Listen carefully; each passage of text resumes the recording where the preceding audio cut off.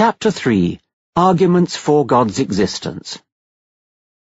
A professorship of theology should have no place in our institution. Thomas Jefferson. Arguments for the existence of God have been codified for centuries by theologians and supplemented by others, including purveyors of misconceived common sense. Thomas Aquinas's proofs. The 5 proofs asserted by Thomas Aquinas in the 13th century don't prove anything, and are easily, though I hesitate to say so given his eminence, exposed as vacuous.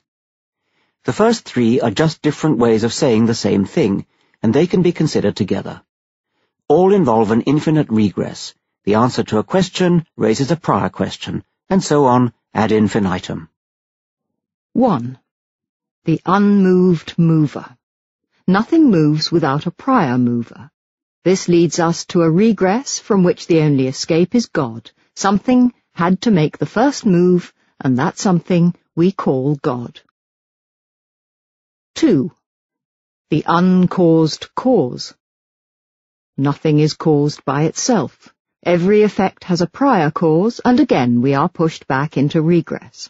This has to be terminated by a first cause, which we call God.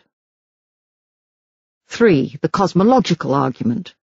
There must have been a time when no physical things existed, but since physical things exist now, there must have been something non-physical to bring them into existence, and that something we call God. All 3 of these arguments rely upon the idea of a regress and invoke God to terminate it. They make the entirely unwarranted assumption that God himself is immune to the regress.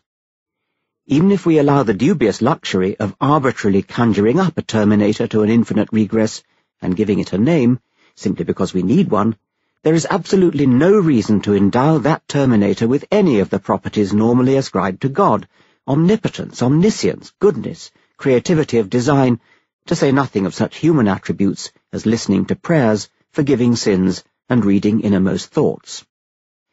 Incidentally, it has not escaped the notice of logicians that omniscience and omnipotence are mutually incompatible. If God is omniscient, he must already know how he is going to intervene to change the course of history using his omnipotence.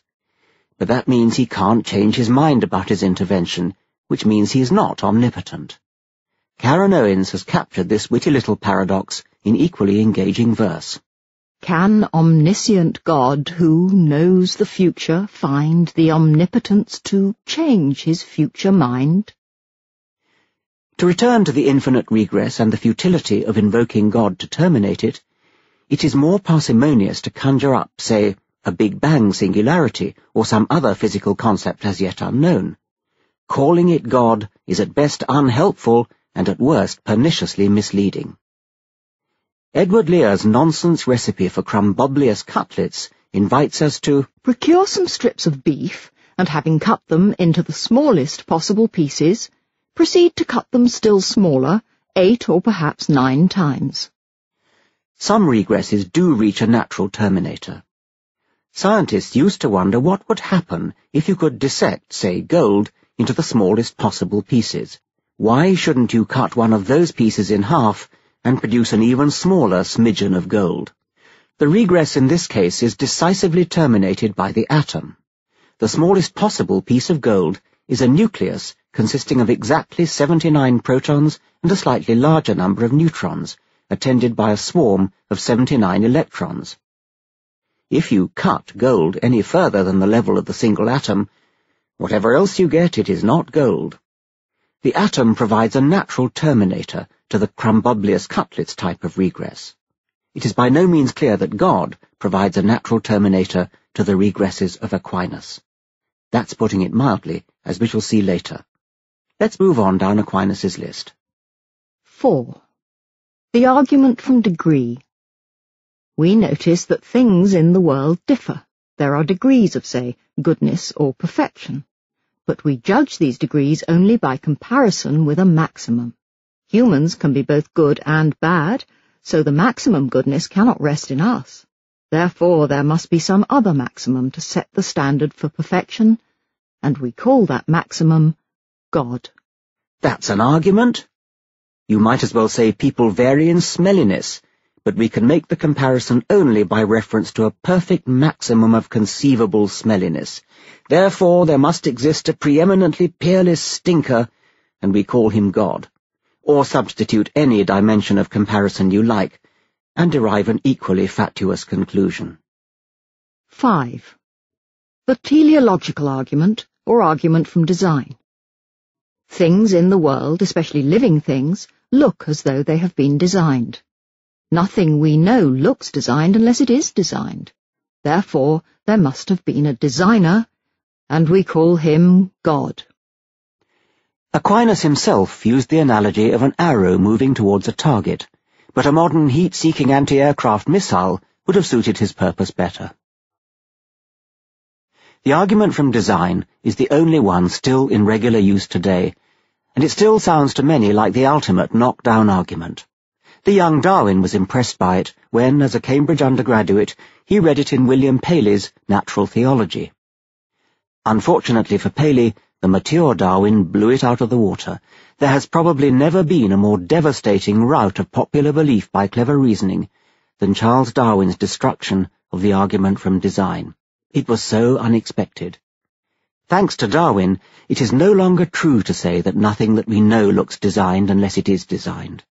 Evolution by natural selection produces an excellent simulacrum of design, mounting prodigious heights of complexity and elegance. And among these eminents of pseudo-design are nervous systems which, among their more modest accomplishments, manifest goal-seeking behavior that, even in a tiny insect, resembles a sophisticated heat-seeking missile more than a simple arrow on target. I shall return to the argument from design in Chapter 4. The ontological argument and other a priori arguments. Arguments for God's existence fall into two main categories, the a priori and the a posteriori. Thomas Aquinas' 5 are a posteriori arguments, relying upon inspection of the world. The most famous of the a priori arguments, those that rely upon pure armchair ratiocination, is the ontological argument, proposed by St. Anselm of Canterbury in 1078, and restated in different forms by numerous philosophers ever since. An odd aspect of Anselm's argument is that it was originally addressed not to humans, but to God himself, in the form of a prayer. You'd think that any entity capable of listening to a prayer would need no convincing of his own existence. It is possible to conceive, Anselm said, of a being than which nothing greater can be conceived. Even an atheist can conceive of such a superlative being, though he would deny its existence in the real world. But, goes the argument, a being that doesn't exist in the real world is, by that very fact, less than perfect. Therefore we have a contradiction, and hey presto, God exists. Let me translate this infantile argument into the appropriate language, which is the language of the playground. Bet you I can prove God exists. Bet you can't. Right then, imagine the most perfect thing possible. Okay, now what? Now, is that perfect thing real? Does it exist? No, it's only in my mind. But if it was real, it would be even more perfect, because a really perfect thing would have to be better than a silly old imaginary thing. So I've proved that God exists. Na. All atheists are fools. I had my childish wiseacre choose the word fools advisedly. Anselm himself quoted the first verse of Psalm 14, "The fool hath said in his heart, there is no God." And he had the cheek to use the name fool, Latin incipiens, for his hypothetical atheist.